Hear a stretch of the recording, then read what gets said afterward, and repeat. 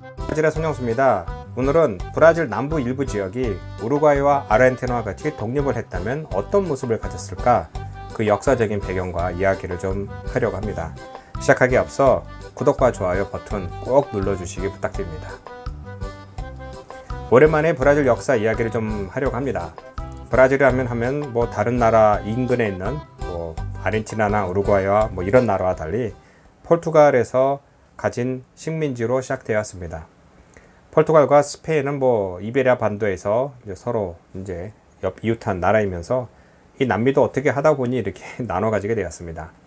그런 자세한 이야기는 또 제가 다른 주제로 또 만들겠지만요. 이 포르투갈은 이 넓은 땅에서 본국 자체도 인구가 많지가 않았습니다. 이 땅도 그 당시에는 얼마 정도 넓을지 상상도 못하고 있었지만 발견된 땅을 개발하기 위하여 여러 차례 노력을 많이 하였습니다. 그 중에 1822년 드디어 포르투갈 지방과 따로 브라질이 독립을 하였습니다. 이 독립도 우리가 생각한 것과 같이 너 죽고 나 죽고 나는 따로 놀겠다 이런 게 아니라 아버지는 포르투갈 국왕이고 아들은 브라질 황태자였다가 브라질에서 남아서 또 있다가 또 따로 또 독립을 하게 된 또 이런 이야기도 제가 또 브라질 역사 이야기를 만든 동영상이 있으니 꼭 참조하시기 바랍니다. 어쨌든 독립을 취하고 인구를 늘리기 위하여 유럽에서 많은 이민을 받아들이게 됩니다. 아프리카에서 많은 흑인 노예를 잡아오기도 하였지만 그들은 노동력으로만 쓰게 되고 이민자로서는 같은 피부인 백인들을 많이 받아들이자 이런 식으로 해서 유럽에서 대거 이민을 받아들였고요. 그 중에서도 같은 라틴어계인 이탈리아 사람 또 위쪽에 있는 독일계 사람들도 많이 이민 오게 되었습니다. 포르투갈 사람들과 달리 이탈리아와 또 북부인 이 독일 사람들은 더위에 취약했다고 합니다. 지금도 그렇지만 더운 지방에서 백인들은 사는데 굉장히 힘들다고 합니다. 상파울루와 리우데자네이루, 미나제라스 이쪽이 당시 브라질의 가장 중심지였고요. 이곳에 사는 것보다는 좀 선선한 곳이 낫다라고 해서 최남단 지역으로 내려가다 보니 일부 산간 지방이 유럽과 같은 그런 자연 환경을 가진 곳이 나왔다고 합니다. 그것에 자리 잡았는데 초창기에 먼저 도착한 독일 사람들은 이 저지방, 그러니까 강과 바다가 가까운 지역에 자리를 잡고 농사를 짓기 시작을 하였고요. 늦게 좀 도착한 이탈리아 사람들은 어차피 땅이 없으니 좀 산간 지방을 올라가게 됐는데요. 그것은 프랑스, 이탈리아 그쪽 북쪽에 있는 알프스 산맥과 같이 산이 좀 수렵하고 또 나무도 많고 또 환경도 참 선선한 그런 곳이기도 합니다. 어쨌든 그런 곳에 자리 잡은 이탈리아 사람뿐만 아니라 국적으로는 브라질 사람들이죠. 이들은 수년 지나면서 삶을 개척을 하는데 농사도 많이 짓고 또 특히 그쪽 지역에서 많이 발달한 것이 무엇이냐면 목축업이었습니다. 소를 많이 키웠고요. 이는 브라질뿐만 아니라 인근에 있는 아르헨티나 팜파스 지역부터 시작을 해서 아르헨티나, 우루과이, 파라과이 이쪽에서도 많이 소를 키웠습니다. 이 소를 가죽을 벗겨서 수출하였고요. 또 일부 고기는 소금에 절여서 다른 지역으로 파는 것이었습니다. 소 말린 고기도 세 가지 정도가 나눠진다고 합니다. 처음에 그 남부 지방에서 만든 소고기는 샤르키라고 합니다. 샤르키는 소고기인데 하얀 지방이 많은 부분을 소금을 넣어서 발라서 이렇게 염지해서 그 말린 고기를 다른 지방으로 파는 것이고요. 또 하나는 북동부 지역에서 유행하는 거는 많이 먹는 거는 까르네 데 소. 그러니까 지역하면 태양 고기라고 하는 건데 소금에 절여서 태양 앞에 말렸다가 먹는 것인데 그 까르네 소는 또 염소 고기로 만든다고 합니다. 그 이외에 말린 고기를 뜻하는 까르네 세카는 지방이 많이 없는 등심이나 아웃카타라라고 지방 옆에 있는 그런 부분을 많이 말려서 이렇게 먹는 것이기도 합니다. 어쨌든 샤르키가 이 남부지방 지역에서 많이 생산하여 수출하면서 먹고 사는 것이었는데 이를 중부지방에 있는 리우데자네이루의 왕정, 그러니까 당시 중앙 집권이었죠. 그쪽에서는 가우샤에서 만든 이런 샤르키 고기에 대한 세금을 25%로 많이 높이게 되었습니다. 그 이유 중에 하나는 세수가 그 당시에 미나스 제라스라는 곳에서 여러 가지 이제 금광이 이제 많이 발견돼서 그거로 이제 먹고 살았는데, 이게 수세기 동안 많이 퍼내다 보니 이제 드디어 이제 금광이 이제 더 이상 많이 나오지 않자 이제 돈을 더 벌기 위하여 여기저기 세금을 많이 걷어들였고요. 북동부 지역, 뭐 북부 지역에서도 많이 걷어들이며 많은 이제 반란이 있기도 하였습니다. 어쨌든 이 남부 지역에서는 수출하는 그 샬키라는 그 말린 고기에 대한 25% 세금을 붙이는데, 이게 또 웃긴 게 인근에 있는 아르헨티나나 우루과이에서 오는 거는 단지 4%의 세금을 붙이는 겁니다. 그러니까 수입품이 더 싸게 있으니 자기네들 것은 시장에서 팔리지 않는 것이 분명하죠.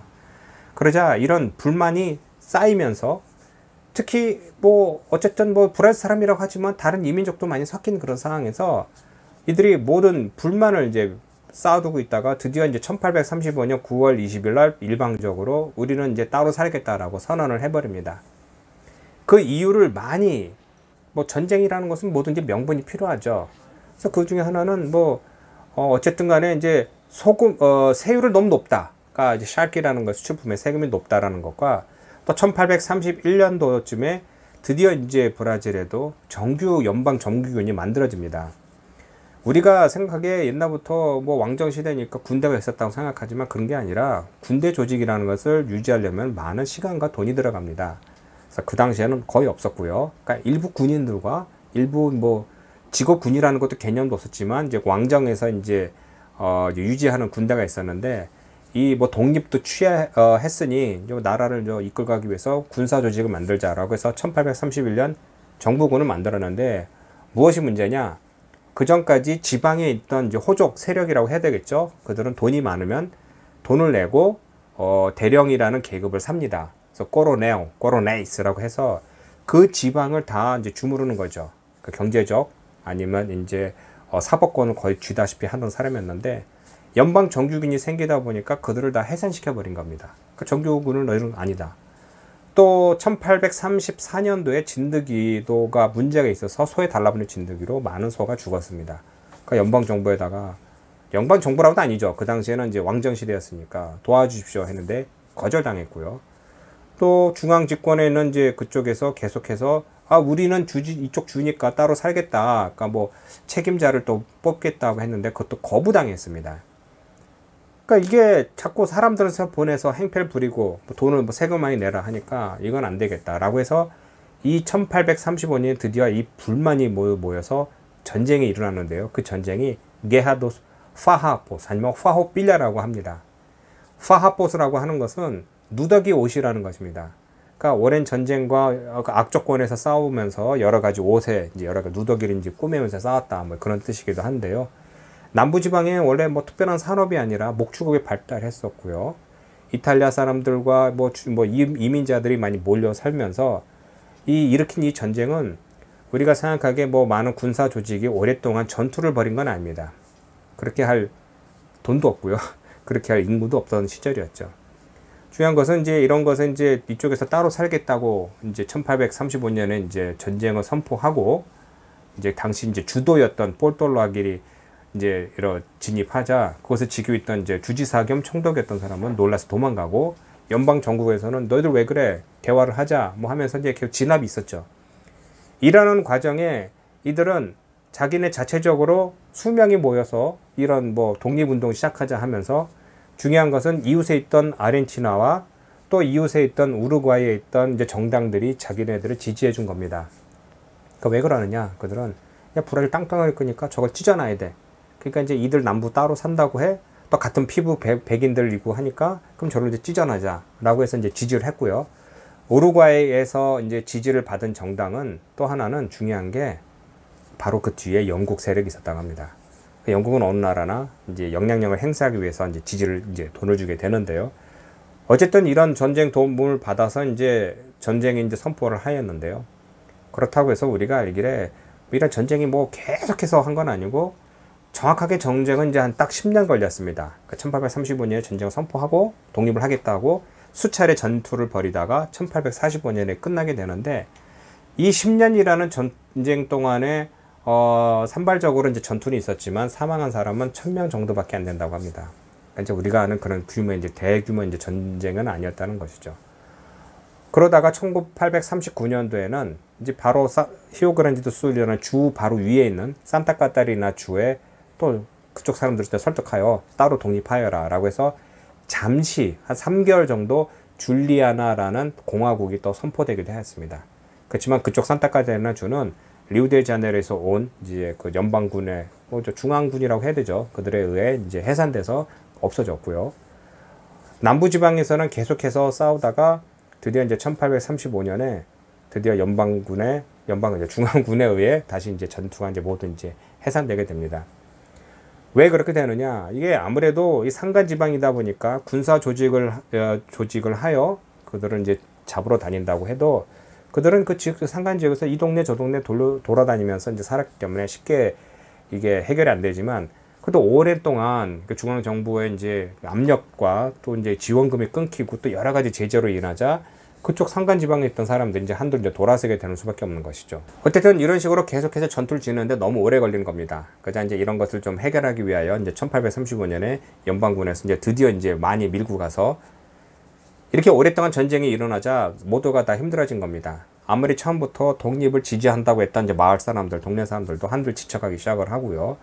또 이제 중앙부에서도 야 이거 언제 뭐 해결해야지. 그래서 이제 강력한 군사를 보내서 드디어 이제 소탕하게 됩니다.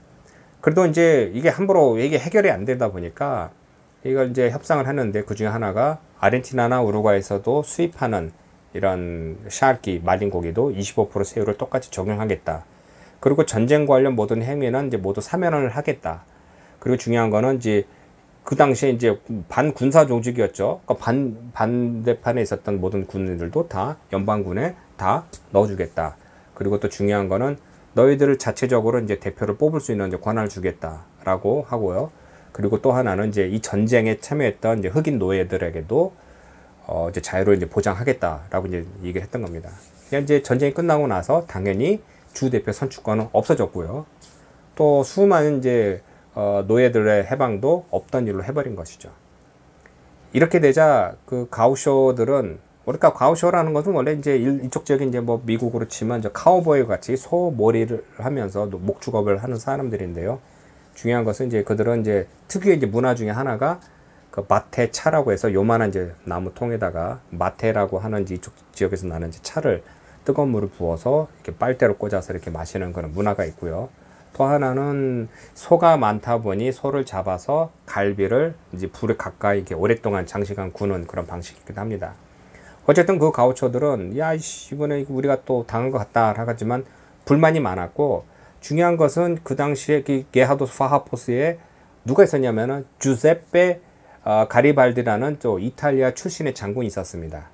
이 장군은 또 재밌는 게 이탈리아에서 여러 이제 이제 전국을 이제 통일하기 위한 전쟁을 하다가 실패를 하자 브라질로 피신을 했던 것인데 10년간 여기 있으면서 하는데 이것도 성공이 안 되자 다시 이탈리아로 돌아가서 드디어 이탈리아를 이제 오랫동안 나눠졌던 여러 왕국을 모아서 이탈리아 이제 통일을 시킨 그런 역사적인 인물이고요.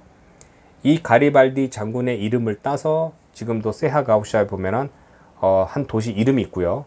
그 옆에는 또 그 당시 독립을 지지하던 장군의 대표인 벤토 곤사비스라고 하는 사람 이름의 장군의 또 이름을 딴 도시가 있고 또 게하도 파하포스 이 전쟁이 시작된 그런 유명한 도시에 파호필라라는 또 도시가 이 세 가지가 이렇게 그 인근에 있습니다.